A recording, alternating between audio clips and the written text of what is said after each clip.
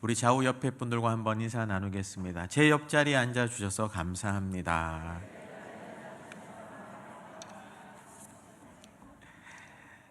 네, 우리 2부 예배 오신 여러분들을 환영하고 우리 화면을 한번 보여주시겠습니까? 칠판 모드로. 우리 지난주부터 그리스도인의 관계 시리즈를 하고 있죠. 남편과 아내의 관계에 대해서 이야기했는데 제가 한번 또 표를 한번 정리해 봤는데 교회 학교 느낌으로 한번 해봤어요. 아내들이요, 교회의 머리됨 같이 자기 남편을 존중하고, 남편은 그리스도께서 교회를 위해 죽으심 같이 다 내어주심 같이 아내를 사랑해야 되는데, 이것이 그리스도와 교회의 관계 안에서 우리의 서로 관계를 바라봐야 한다라고 이야기했습니다. 오늘은 이제 자녀들을 향해서 두 가지, 순종과 공경에 대해서 이야기하고, 또 아비들, 부모들을 향해서 노엽게 하지 말고 또 주의 교훈과 훈계로 양육하라고 이야기했고, 마지막 이 밑에 있는 이것은 이제 다음 주에 나오겠죠. 다음 주에 나오는 그리스도인의 직장생활, 슬기로운 직장생활이라고 제가 아마 제목을 붙일 것 같은데, 그걸 통해서 우리의 관계가 그리스도와 교회 안에서 계속 바라봐야 된다라는 이야기를 하고 있습니다. 다시 저를 보여주시면, 지난 시간에도 우리가 했는데 다 하지 못했던 것 중에 하나, 이 남편, 지난 시간에 본문이 영어 성경에 보면 wives and husband, 아내들과 남편들인데, 이 남편은 영어로 husband잖아요. 이게 뭐냐면 그녀의 밴드, 그녀의 마음이 아프면 밴드 반창고처럼 붙여주는 사람이 남편이고, 힘들 때는 마칭 밴드처럼 기쁜 밴드 해주는 사람이 남편이고, 또 와이프, 아내라는 뜻은 집 안에 있다라는 뜻이거든요. 내 마음 깊이 안에 있는 사람이기 때문에 귀하게 여겨줘야 된다는 겁니다. 이것이 그리스도가 교회의 머리됨 같이, 또 그리스도께서 교회를 위해 자기 자신을 내어주심 같이 존경하고 사랑하라. 세상 논리가 아니라, 어찌 보면 말씀은 성령 수술하는 것 같은 것 같아요. 어찌 보면 우리가 서로를 바라보는 눈을 바꿔주고 귀를 바꿔주고 마음을 바꿔주니까 얼마나 좋아. 예배 오니까 성령도 시켜주고, 그렇죠? 눈을 바꿔주고. 지난주에 이제 신방하면서 그런 이야기를 들었어요. 목사님, 우리 남편이 너무 무뚝뚝하고 고집도 그런 고집이 없는데 예배 드리고 와서 집에 오더니 그동안 자기가 너무 미안했다고, 자기가 잘 못했다는 것 같다고, 그리고 고맙다고, 목사님 설교 잘해주셔서 감사하다고. 제가 그 남편분 덕분에 조금 기가 살았습니다. 감사합니다. 그분이 평상시 그런 이야기 했거든요. 목사님, 저희 남편은 로또하고 같아요. 안 맞아도 너무 안 맞는다고 뭐 이런 이야기도 했었는데, 여러분 어떤 이야기 하는 겁니까? 그리스도와 교회의 관계 안에서 우리의 관계들을 계속 살펴보는 겁니다. 바울은 에베소서의 끝자락에 이 관계를 덕목하는데, 이것이 그냥 유교적인 사회적인 관점으로 보는 게 아니라 그리스도 안에서 바라보라는 거죠. 오늘은 그리스도 안에서 자녀와 부모, children and parents를 바라보려고 합니다. 자녀인 우리, 누구든지 다 자녀 아니겠습니까? 하나님의 자녀, 누군가 부모님의 자녀이듯이 자녀인 우리가 어떻게 부모님을 그리스도 대해야 되는지, 또 부모인 우리가 자녀들을 어떻게 그리스도의 관점으로 대하여야 하는지 오늘 말씀을 듣고 또 실천하고 순종함으로 아름답고 지혜로운 이 가정생활 하시길 주님의 이름으로 축복합니다. 오늘 설교 제목을 제가 지혜로운 가정생활이라고 고민하다가 했는데, 원래 제목은 지혜로운 부자생활이었어요. 부모와 자녀를 합쳐가지고. 오늘 말씀을 잘 들으면 부자 됩니다. 잘 들어보시길 바라요. 먼저 오늘 본문은 크게 1절부터 3절까지는 자녀들에게 이야기하고 4절은 부모에게 이야기합니다. 자녀들에게 이야기하는 거 크게 두 가지, 또 중간에 예수님에 대해서 이야기가 나오고 또 부모님에 대해서 이야기가 나오는데 잘 한번 들어보시길 바랍니다. 먼저는 자녀들에게 이야기하는 두 가지가 있어요. 자녀들에게 이야기하는 첫 번째는, 여러분, 자녀들에게 필요한 것은 순종입니다. 한번 따라해 볼까요? 자녀들에게 필요한 것은 순종입니다. 1절에 보면 자녀들아 주 안에서 너희 부모에게 순종하라. 여러분, 순종하라는 거 알겠지만 주 안에서 해야 됩니다. 순종하는 자가 주님의 뜻 안에서 순종해야 되는 거죠. 뭐 자신의 혈기나 유교적인 간에서 사회 질서 안에 순종하는 게 아니라 주님의 뜻 안에서 순종하는 겁니다. 그리고 순종하라라는 뜻이 원문적으로 두 가지 단어가 합쳐져 있어요. 듣다와 나가다. 순종은 어떤 거냐? 잘 듣고 들은 대로 행동하며 나가는 것입니다. 잘 들어야 돼요. 잘 들어야 어떤 말인지 알고, 또 듣고 끝나는 게 아니라 들은 대로 순종하며 실천하며 가는 거죠. 이것이 옳으니라. 이 부사적으로 아주 옳다라는 겁니다. 하나님 보시기에 의롭다라는 겁니다. 주님 앞에서 잘 듣고 행하는, 순종하는 사람은 하나님 눈앞에 옳다 칭찬을 받는다는 뜻입니다. 여러분, 자녀들이 부모에게 순종해야 될 이유가 뭡니까? 첫 번째는 주님의 명령이기 때문입니다. 출애굽기 20장 12절에 10계명 중에 5계명이 나오죠. 뭡니까? 내 부모를 공경하라. 이게 신명기 28장에 보면은 이 순종과 공경하지 않으면 형벌이 임하고 순종하는 자에게는 모든 복이 임한다고 이야기합니다. 왜 우리가 순종해야 됩니까? 주님의 명령이기 때문에. 명령에 순종하면 주님께서 복을 주시기 때문에 순종합니다. 그 다음에 두 번째는 부모에게 순종하는 것을 통해 하나님께 순종하는 것을 연습하는 겁니다. 이 요세푸스라는 사람이 그런 이야기를 했어요. 인간은 하나님에게 순종하는 것을 주님의 대리인으로 주신 부모에게 순종함으로 나타난다. 내 부모에게 순종하는 것을 통해 참 부모이신 하나님께 순종하는 것을 연습하는 거죠. 자녀인 내가 순종해야 되고 자녀들에게 순종을 가르쳐야 되는 이유는 여기 있는 겁니다. 불신의 부모님이라 하더라도 순종을 통해 그 마음에 복음의 다리를 놓을 수 있는 거죠. 또 자녀들이 부모에게 순종해야 될 이유 세 번째는 가정의 질서와 권위를 위해서입니다. 지난주에도 남편과 아내의 권위의 질서, 또 부모와 자녀, 오늘의 권위의 질서인데, 제가 이제 설교를 준비하면서 찾아보니까 작년 한 해만 가정이 깨어지고 문제 있는 존속살인이라고 해야 될까요? 특히 부모가 자녀를 살해하거나 자녀가 부모를 살해하는, 입에 담기도 부담스러운 말이 약 작년 한 해에만 50건이 있었더라고요. 50건이.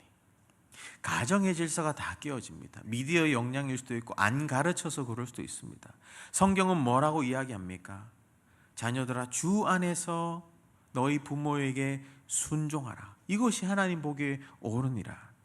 이 에베소서 바울 서신은 편지글이지만 어떻게 읽었냐 하면, 초대교회는 예배 드릴 때 우리처럼 예배 드리지 않았습니다. 애들부터 청년, 어른까지 다 같이 있었어요. 그렇다면 바울이 편지글을 누가 한 사람 읽지만 어떻게 이야기합니까? 바울이 이야기하는 것처럼 그 현장에 있는 그 자녀들을 향해, 자녀들아, 주 안에서 부모에게 순종해야 됩니다. 이게 하나님 보기에 옳은 겁니다. 아비들아, 직접 이야기하는 겁니다. 여러분, 이 말씀을 직접 들어야 돼요. 골로새서 3장 20절에도 자녀들이 모든 일에 부모에게 순종하는 것은 주님을 기쁘시게 하는 것이라고 이야기합니다. 여러분, 자녀에게 필요한 것은 순종입니다. 순종 훈련이 필요한 겁니다. 그리스도의 복음에 위배되는 것들은 지혜롭게 거절해야겠지만 하나님이 주신 내 부모님에게 순종하고 그 순종을 통해 우리 인생의 참 부모이신 하나님께 순종함으로 하나님께 옳다 칭찬을 받는 모든 주님의 자녀들 되길 주님의 이름으로 축복합니다.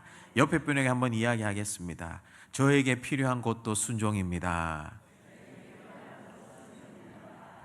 이렇게 순종을 이야기하고, 두 번째 또 자녀들에게 필요한 게 있는데, 여러분, 자녀들에게 필요한 두 번째는 공경 훈련도 필요하대요. 2절에 보면 내 아버지와 어머니를 공경하라. 이것이 약속 있는 첫 계명이니라고 이야기하는데, 공경하다라는 것은 티마오라고 해서 이게 존중하여 소중한 마음을 담아 실제적인 물질과 시간을 들여 섬기는 겁니다. 누가 누구를 공경합니다고 하면 아우 너무 존중합니다 마음만 있어서는 안 돼요. 소중한 마음을 담기 때문에 시간과 물질을 들여 실제로 섬기는 것, 이게 공경이라고 합니다. 마태복음 15장에 예수님이 바리새인들을 향해 꾸짖습니다. 왜냐하면 바리새인들이 자기 부모를 섬겨야 함에도 불구하고 그 섬길 재정이나 그것을 가지고 고르반이라고 주님께 드립니다 라고 말만 하지 실제 드리지 않고 자기 삶을 살았거든요. 외식하는 자들이라고 꾸짖습니다. 또 이사야에 보면 이런 말씀도 있어요. 이 백성이 입술로는 나를 공경한다 하지만 실제 마음은 내게서 멀도다. 여러분, 하나님을 공경하십니까? 소중한 마음을 담아 시간과 물질과 헌신을 들여 섬기고 계십니까? 부모님을 공경하고 계십니까? 유대 전통적인 외경인 실학서에서는 이 부분을 어떻게 해석하냐면, 너는 마음을 다하여 내 어머니를 공경하라. 어머니와 아버지 두 개로 나누는데 어머니를 공경하라. 왜냐하면 어머니가 겪은 해산의 고통을 잊지 말아라. 또 너는 내 말과 행동으로 아버지를 공경하라. 왜냐하면 아버지, 왜 가부장적인 제도였기 때문에 축복권이 흘러왔잖아요. 아버지로부터 물질적인 영적인 축복이 너에게 임하기 때문에 어린 자녀뿐만 아니라 결혼한 성인 자녀까지 부모를 공경하라고 분명히 가르치고 있습니다. 유교적인 가르침이 아니라 성경적인 가르침이라고요.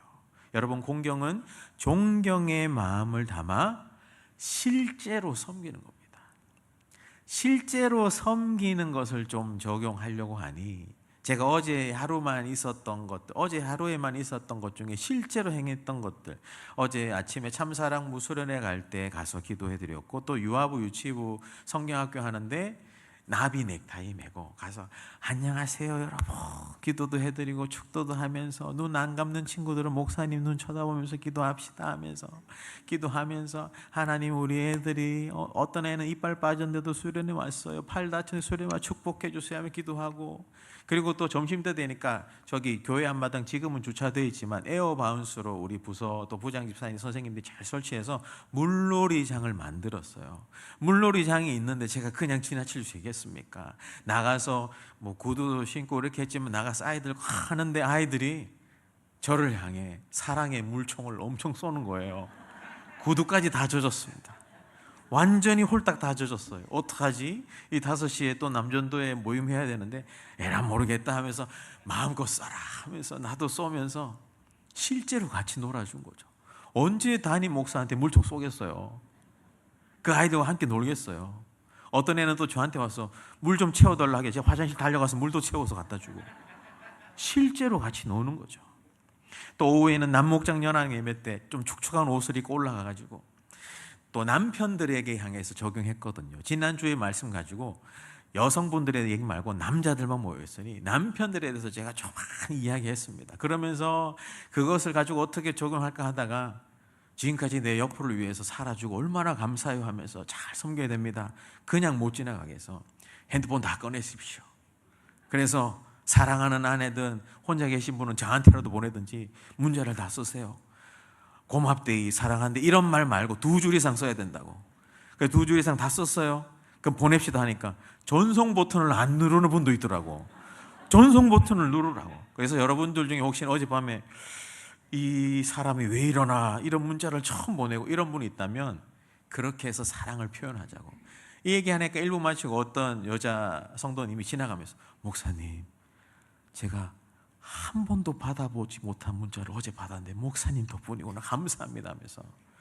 못 받으신 분들은 다음번에 남전도 연합모임 8월 15일 어디 가니까 꼭 남편분을 보내십시오. 보내시면 됩니다. 그렇게 실제로 행하는 거죠. 사랑을 표현하는 거죠. 또 하나 더 하면, 여러분 주보에 보면 지난주부터 태신자 작정 있잖아요. 태신자 작정 다 하고 계시죠? 안 합니까? 실제로 행하는 거라니까요. 저도 뭐 청땡땡 식당 여사장님 제가 만나가지고 8월 3일날 이런 일이 있는데 사장님 한번 나오시면 안 되겠습니까? 제가 담임 목사인데 그분이 나오시기로 했거든요. 저도 태신자 적었어요. 교육자에게도 다 적으라고 했습니다. 교회 학교도. 여러분들도 다 적고 계시잖아요.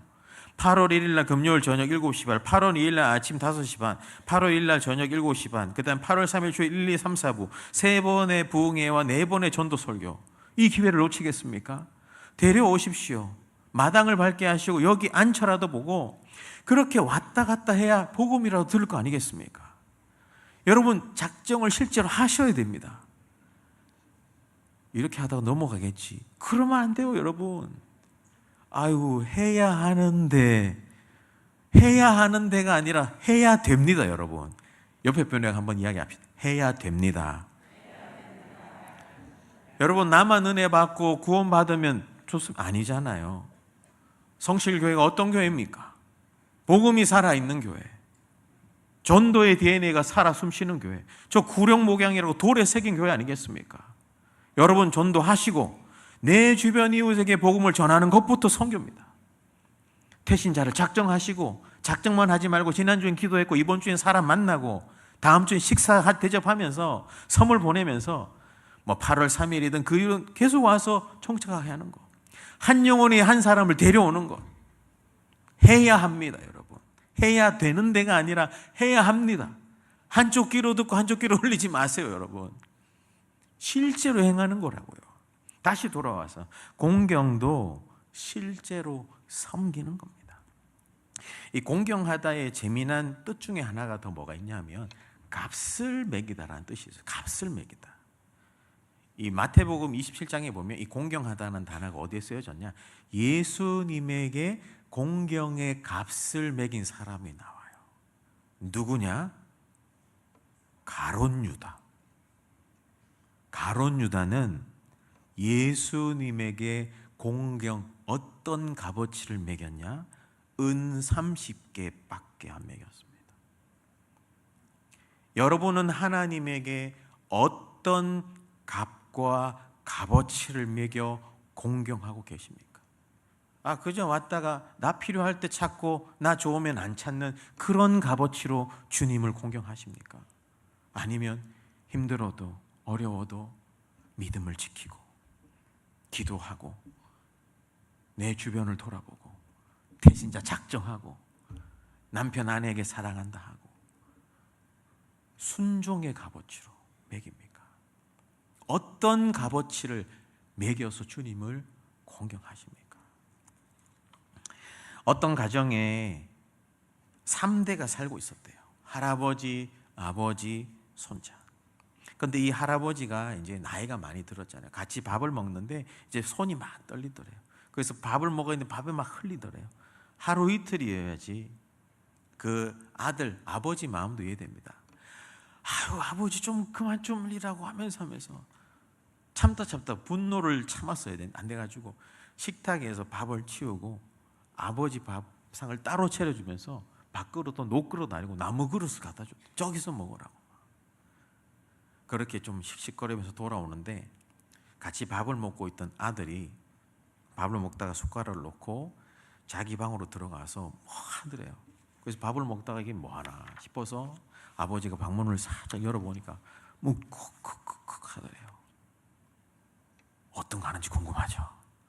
막 끄끄끄 옆으로 살짝 보니까 끌 가지고 와서 나무 조각을 파고 있더래요.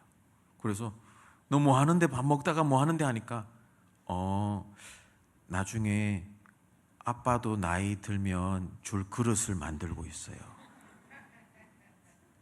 여러분, 우리가 어떻게 공경하느냐가 전달되는 겁니다. 내가 내 부모님에게 어떻게 합니까? 엄마 좀, 아빠 좀 하면 우리 자녀도 좀 할지도 모르겠어요. 여러분, 우리가 하나님을 어떻게 공경하고 있습니까? 그것을 우리의 자녀들도 본다라는 겁니다. 사랑하는 여러분, 우리가 지금 여기 있는 것은 특수한 경우, 혼자 자라셨거나 고아원에서 나셨거나 이런 분들을 제외하고는 다 부모님의 희생 덕분 아니겠습니까? 그것에 마땅함으로 섬겨드린 것이 자식된 도리요 성경의 값어치요. 또 더 나아간다면 하나님께 공경하는 것, 소중한 마음으로 시간과 물질들을 헌신하는 것, 봉사는 정해진 사람만 하는 게 아닙니다. 다 해야 되는 겁니다. 더 나아가 내 주변 이웃에게 하나님의 마음으로 공경하고 섬길 때 복음의 다리가 놓지 않겠습니까? 여러분, 자녀에게 필요한 것은 공경입니다. 이 공경을 실천하여 하나님께도 영광이 되며 또 부모님도 섬기며 실제로 돕는 공경의 사람들 다 되시길 주님의 이름으로 축복합니다. 그렇게 공경할 때에 2절 후반절에 이것이 약속 있는 첫 계명이라고 이야기해요. 약속 있는 첫 계명. 사실 내 부모를 공경하라는 10계명이 1계명 중에 1계명부터 4계명은 하나님을 위한 거고 5계명부터 10계명은 사람과의 관계에 위한 건데 5계명부터 10계명 중에 계명이 나오고 이 계명을 순종할 때 약속을 주시는 것은 5계명밖에 없습니다. 나머지는 다 명령입니다. 약속과 유업이 있는 첫 계명은 부모를 공경하는 것밖에 없다. 어떤 약속과 유업이 있느냐? 3절에 보면 이로써 내가 잘되고 땅에서 장수하리라. 잘된다라는 것은 항상 선한 일이 있도록 축복하는 거예요. 장수한다라는 것은 오래 산다라는 표현이긴 하지만 히브리적으로는 모든 축복을 상징하는 예표적인 표현입니다. 이것을 해석할 때는 두 가지로 해석할 수 있는데 유대 광야의 문맥에서 본다면 이 말씀을 신명기 5장에서 이야기합니다. 광야에 있는 이스라엘 백성 중에 내 부모를 공경하라. 그러면 축복을 받는다고 하는데 광야 생활에서 청년들도 광야를 걸어가기 쉽지 않습니다. 그런데 그들에게 이야기해요. 너희 부모님을 공경하라. 힘들면 업어도 드리고 밥 먹을 거 있으면 밥도 더 나눠드리며 이 광야를 걸어가는 너희도 힘든데 부모님은 얼마나 힘들겠냐.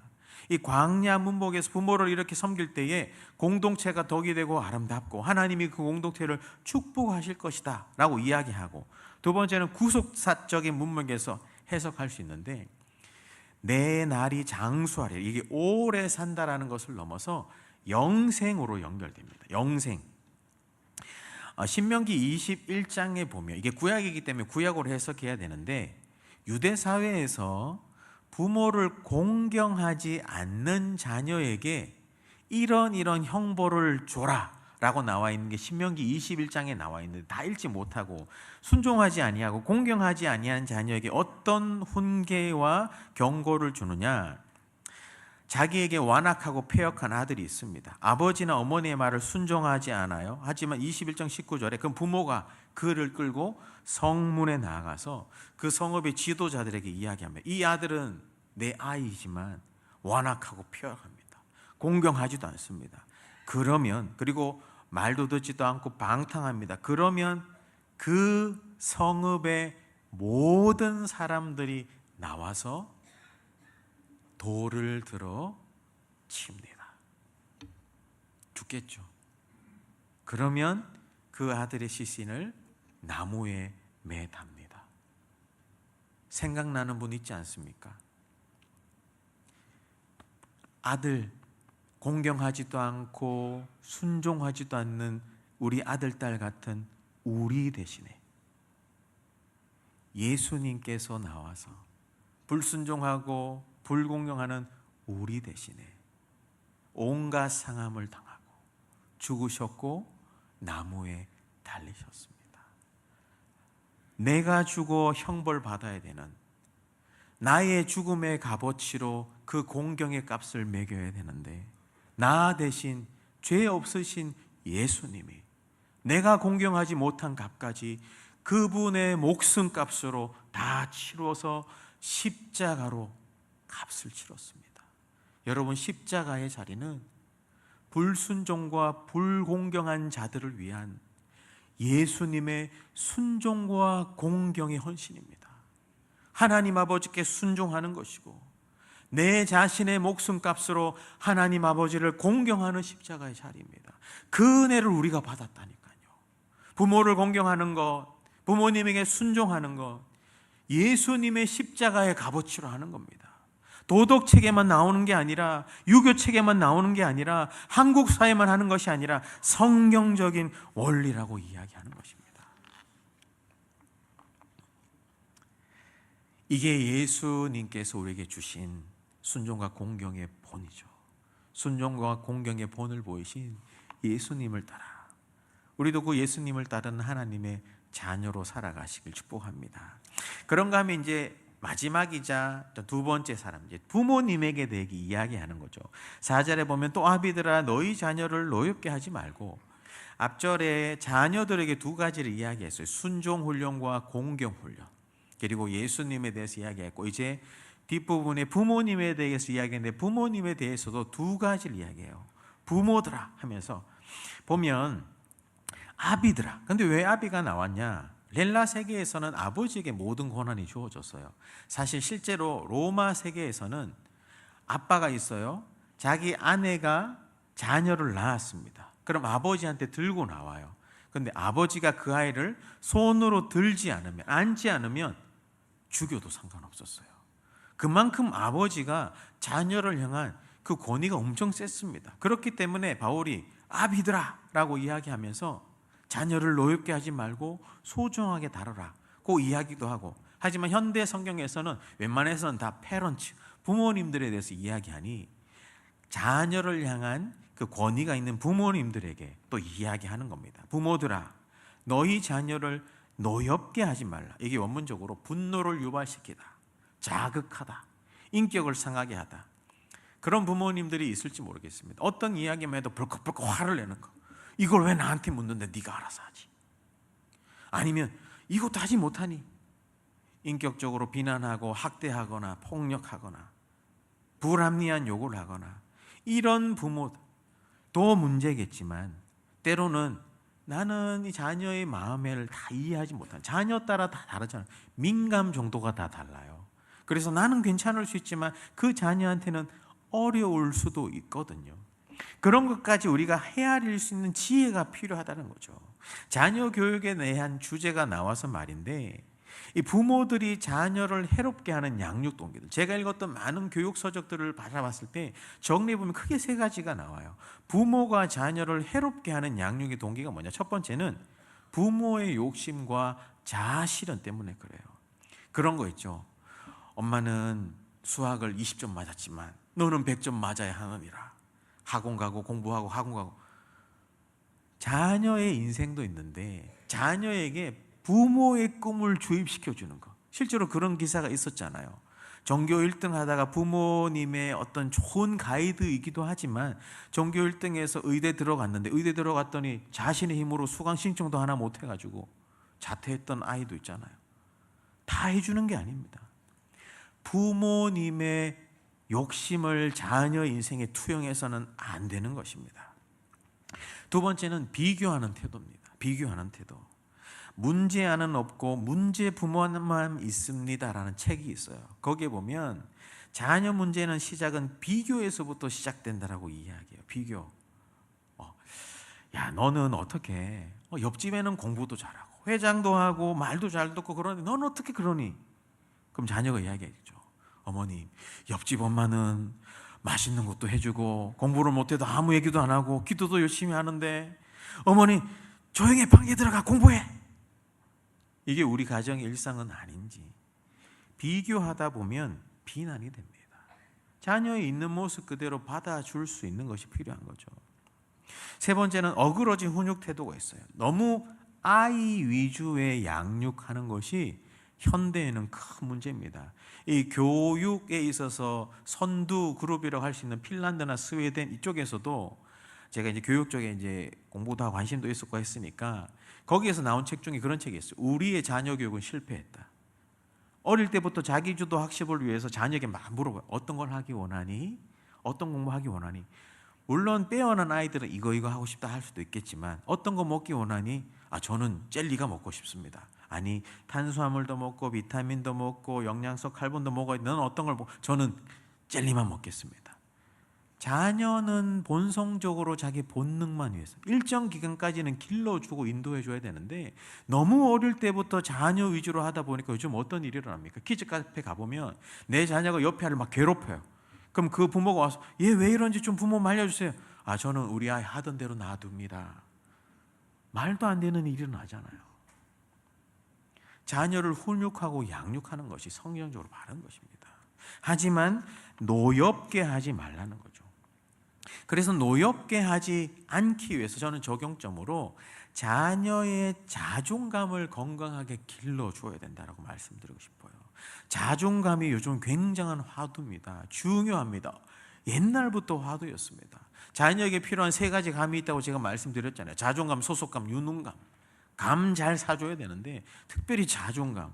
자존감을 길르기 위해서 여러 가지 있지만 시간이 없어 한 가지만 이야기한다면 존재와 행동을 구분해서 양육해야 돼요. 존재와 행동을. 어떤 아이가 시험에서 98점 맞아서 엄마한테 갑니다. 엄마 나 98점 맞았어요. 100점을 못 맞았네. 다음번에 100점 맞고 줘봐라. 자존감이 바닥나. 존재감이. 어떤 아이 60 맞아서 갔어요. 엄마 60점밖에 못 맞았어. 열심히 했는데 60점밖에 안 나왔니? 예, 그럼 잘했어. 저도 제 아이를 양육할 때 어떤 게 혼내야 될 때 있을 때 먼저 앉혀놓고 아빠가 너를 사랑하는 거 알지? 넌 아빠한테 너무 소중한 아이고 눈에 넣어도 아프지 않은 귀한 아이인데 근데 너의 이런 행동은 하나님 보시기에는 좀 아픈 것 같고 아빠 눈에도 그런 어떻게 생각해? 그러면서 대화하면서 생각하는 시간을 갖게 하면서 아빠 생각해 보니까 이게 하나님 자녀인 나한테는 어울리지 않았던 것 같아요. 그럼 어떻게 할까? 이렇게 한번 해보게. 거기에 이런 것도 한번 하면 어떻게 같이 하는 거. 존재를 살려주고 자존감을 살려주고 행동에 대해서 존재 너는 뭐 그렇게 하니? 존재를 향해서 비난하면 안 되는 거거든요. 존재는 소중하지만 행동에 의해서 분리하고 하는 거. 시간이 없으니까 이런 부분에 대해서는 저는 우리 교회에서는 부모 학교든지 어른이든지 자존감 학교든 또 아니면 부모 학교든 이런 것들이 좀 개설되었으면 훨씬 정말 좋겠다라는 생각으로 기도하고 있어요. 커리큘럼까지도 준비하고 있지만 조금은 또 빠르지 않게 가기 위해서 언제 주님이 열어주시길 원하나 기다리고 있는데 여러분 이외에도 좋은 책들이 많아요. 아이는 부모의 자존감을 먹고 산다. 부모의 마음 크기가 아이의 마음 크기 이런 책들도 여러분 보면서 사랑하는 성실의 부모 여러분 자녀는 하나님이 우리에게 맡기신 선물입니다. 달란트예요. 내게 아닙니다. 내 전유물이 아니에요. 하나님의 형상다운 인격으로 존중하며 자존감이 건강한 아이로 양육하시길 바래요. 감정풀이 대상으로 삼지 말고 뭐 그르렁 늑대 소리 내거나 뭐 때로는 뭐 방울뱀 소리도 낸다고 하더라고요. 내 말 안 들을래? 뭐 이런 얘기도 하더라고요. 이런 거 하지 말고 사랑하는 부모의 음성을 들려주며 하나님의 좋은 아이로 길러주는 여러분 되시길 축복합니다.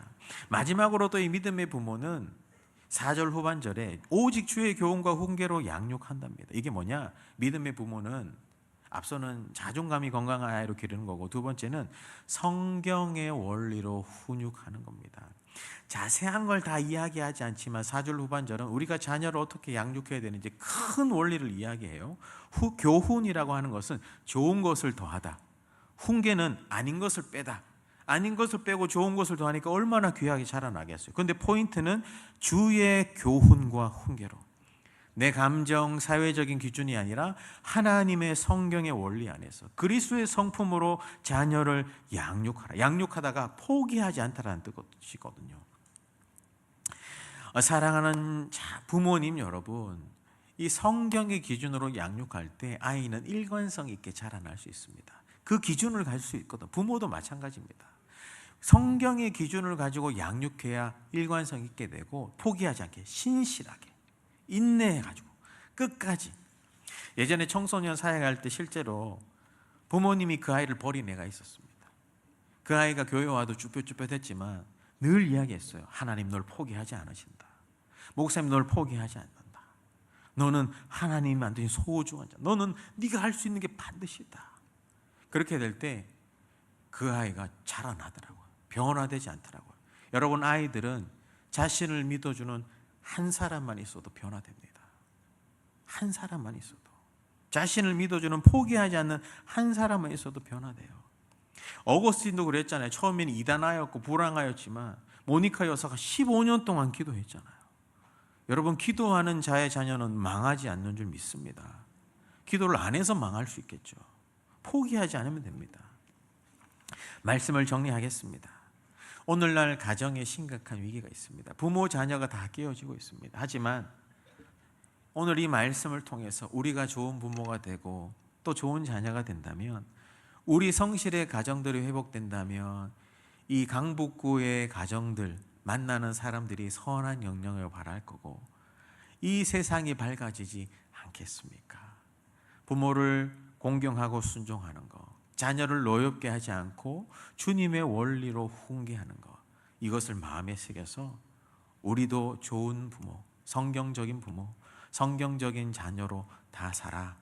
이 가정과 자녀들이 지혜롭고 아름답고 살아나는 모든 가정 되길 주 예수 그리스도 이름으로 축원합니다. 아멘.